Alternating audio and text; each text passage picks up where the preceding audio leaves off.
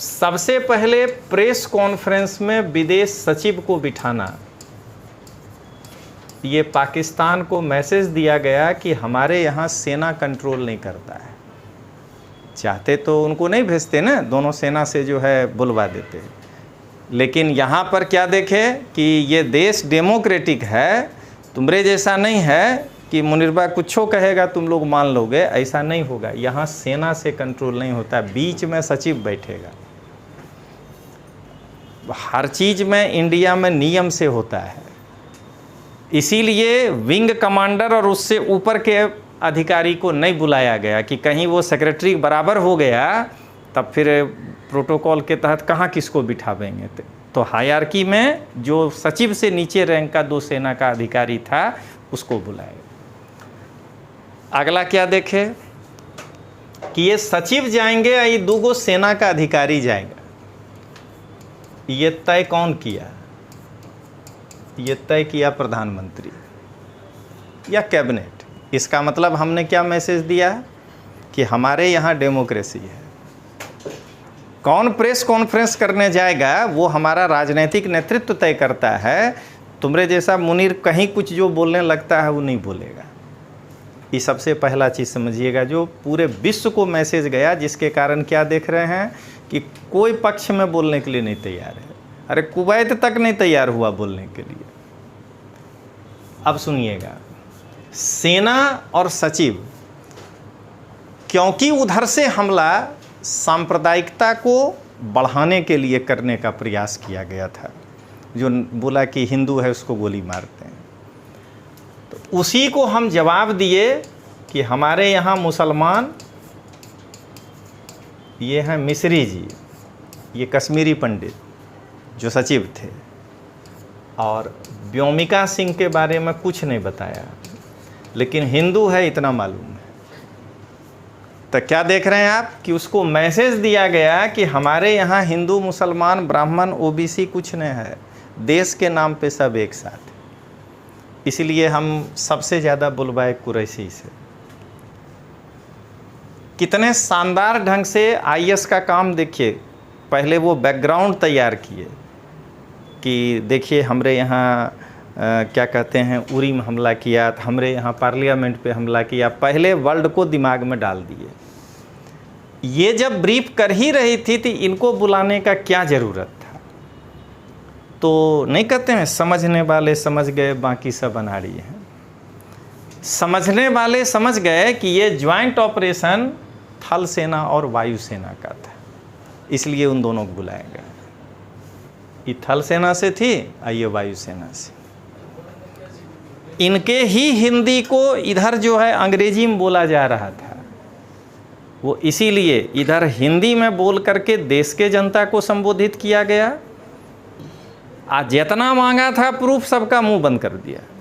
ये भी बात है, जितना पिछला वाला में सर्जिकल स्ट्राइक में नहीं प्रूफ मांगा था, तो अबरी कहा कि बढ़िया से देखो और समय देते हैं, इसको काट के भी अपने अपने ट्विटर पे रखना कि ये प्रूफ है। इसमें ना कोई पॉलिटिकल पार्टी का हम नाम लिए न कुछ लिए। जितना लोग को शंका था, व्यक्ति भी कुछ हो सकता है कि जिसको शंका था कि पिछला बार क्या हुआ, तो लीजिए शंका विहीन हो जाइए। तो इसलिए जो है क्या देखे, इनसे हिंदी में बुलवाए, एक एक जगह जो है ब्रीफ किए जहाँ जहाँ पे बम गिराए हैं, और ये अंग्रेजी में उसको शॉर्ट में बोल करके विश्व को मैसेज दी कि ये घटना हमने किया है। ये है इस प्रेस कॉन्फ्रेंस का मेन मतलब। अब सुनिएगा, अब आप लोग जो जान रहे हैं ना वो आधा है आपके पास, ऑपरेशन सिंदूर। अब आपको ऑपरेशन सिंदूर पूरा बताते हैं क्या है। सबसे पहले ध्यान रखिएगा कि चारों तरफ क्या कहा गया कि ऑपरेशन सिंदूर का मतलब है कि हमारे जो 26 माँ बहनों का सिंदूर वो उजाड़ा, तो लोग उसके 9 जगह को उजाड़ देते हैं। ये बिल्कुल कटु सत्य है कि ऑपरेशन सिंदूर का शाब्दिक अर्थ यही है कि 26 क्यों, माना अब तक जितना घटना तुम किया उसमें जितने माँ बहनों का सिंदूर उजाड़े तो लो आज तुमको बराबर कर देते हैं। लेकिन ध्यान रखिएगा, जब सेना कोई नाम रखता है तो उसके ऑपरेशन से रिलेटेड चीज़ होता है। सबसे पहला बात ध्यान रखिएगा, यहाँ ऑपरेशन सिंदूर का मतलब है बजरंग बली। इसको धर्म पर मत लीजिएगा, जो बताना चाह रहे हैं वो सुनिएगा। नाम है बजरंग बली। सिंदूर का मतलब लाल देह लाली लस है, पूरा शरीर उनका सिंदूर से रमा हुआ है। दिन कौन था? मंगलवार का रात। समझ गए? आपको जो आज बता रहे हैं वो सुनिएगा। और जो हो गया घटना इसलिए बता रहे, नहीं तो हम पहले नहीं बताते। आपको थोड़ा हिंट दिए थे, अग्नि और ये सब। बजरंग बली जिसको नहीं कहते हैं जीवित मिसाइल के उदाहरण है। फान के गए ना श्रीलंका, वो क्या था? मिसाइलें न था। तो बजरंग बली आज के लिए जीवित मिसाइल के उदाहरण हैं। इसलिए ऑपरेशन सिंदूर बजरंग बली का मतलब हुआ कि हम उसको मिसाइल से मारे। समझ गए ना? यहाँ से जो मारे हैं, अब भले राफेल के मिसाइल से मारे हैं कि किससे मारे उन्हें बताएंगे, कि ड्रोन से मारे हैं क्योंकि सुरक्षा का सवाल है, लेकिन मारे हैं बजरंग बली के स्टाइल में। तो इसलिए जो है यहाँ पर नाम ये रखा गया। दूसरा बताते हैं, जब बजरंग बली को रावण के दरबार में ले जाया गया था और उन्होंने पूछा कि आपने इस अशोक वाटिका में क्यों इस तरह का कोहराम किया, तो जो तुलसीदास जी रामचरितमानस में लिखे हैं वो क्या लिखे हैं देखिए, हम पूरा खोज के एनालाइज करके आपको बता रहे हैं। जिन मुझे मारा ते मैं मारे। बजरंग बली रावण को कह रहे हैं कि जिन मुझे मारा ते मैं मारे, मतलब हमने अशोक वाटिका में उसी को मारा जो मुझको मारा था। बाकी आपका दरबान भी था, उसको हम नहीं मारे। तो क्या देख रहे हैं? जिन मुझे मारा, आतंकवादियों ने मुझे मारा ते मैं मारे। हमने भी आतंकवादियों का ही अड्डा उड़ाया। हम एक भी ना तो सेना का अड्डा उड़ाए, ना ही एक भी वहाँ के निर्दोष नागरिक को मारे। ये था ऑपरेशन सिंदूर। समझ गए कि उसको बजरंग बली के साथ जोड़िएगा। और बजरंग बली हिंदू धर्म मुस्लिम धर्म ने उस सेकुलरिज्म के साथ सोचिएगा कि वो जैसे गए थे वह एक मिसाइल हुआ, सिंबल। तो हमारा भी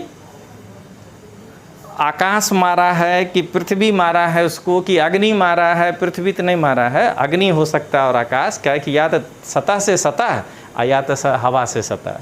आकि राफेल मारा है, वो नींबू मिर्ची लगाने वाला पूछ लीजिएगा, उसको पता है कि कौन मारा है। तो इसीलिए कहा जाता है कि अकबकाना नहीं चाहिए शुरुए में कि मतलब क्या होगा।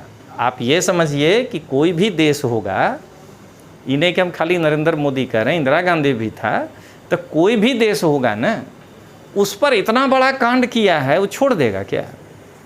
तो अब समझ गए कि पहला है कि हमारी महिलाओं का सिंदूर उजाड़ा इसके लिए, लेकिन सेना के लिए यही था कि ऑपरेशन किस स्टाइल में करना है।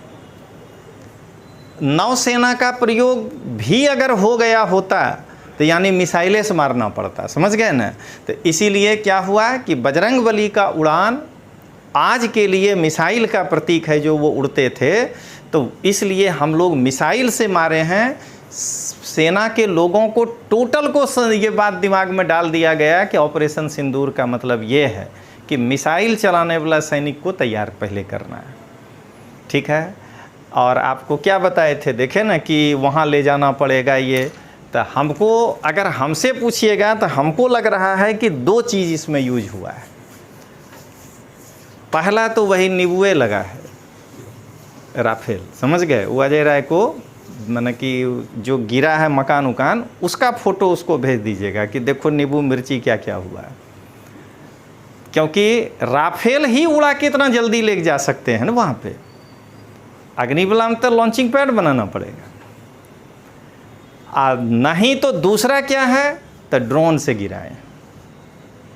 दूसरा ड्रोन जा सकता है। अब उसका नाम बताना ठीक नहीं है, कोई भी ड्रोन हो सकता है। हर ड्रोन हर तरह का होता है। तो हो सकता है कि जो ड्रोन सबसे ज़्यादा क्या कहते हैं, वो जो विस्फोट हुआ है देखबे कि ये 14 को मर गया।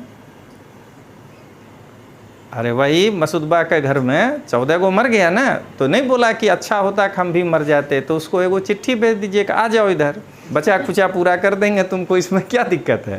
तो ये जो चीज़ है, और आतंकवादी कैंप को जो गिराए उसमें इस बार का एक प्लस पॉइंट क्या था कि पीओके के अगर आप किसी भी कैंप को तबाह करते हैं तो वर्ल्ड को एगो मैसेज ये जाएगा कर ये तो भारतीय कन था।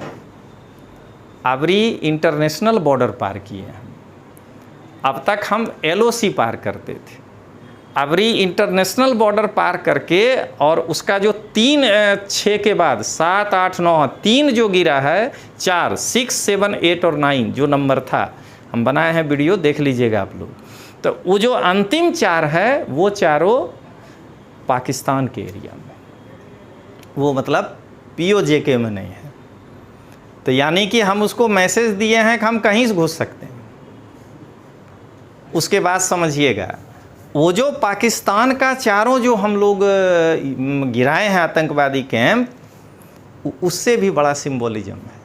वो पाकिस्तानी पंजाबी क्षेत्र में आता है, पाकिस्तान के पंजाब क्षेत्र में आता है।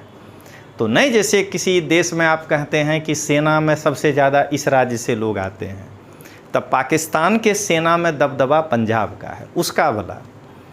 तब पाकिस्तान के पंजाब का दबदबा है, मुनिरबा भी वहीं का है, तो इसलिए उसको एक मनोबल सेना का तोड़ दिए कि तुम्हारे ही इलाका में गिरा दिए, देख लो जहाँ से तुम सबसे ज़्यादा आते हो, देखो वहीं पे हम गिरा दिए। अभी भी समय है कि आतंकवादी के साथ देना छोड़ दो।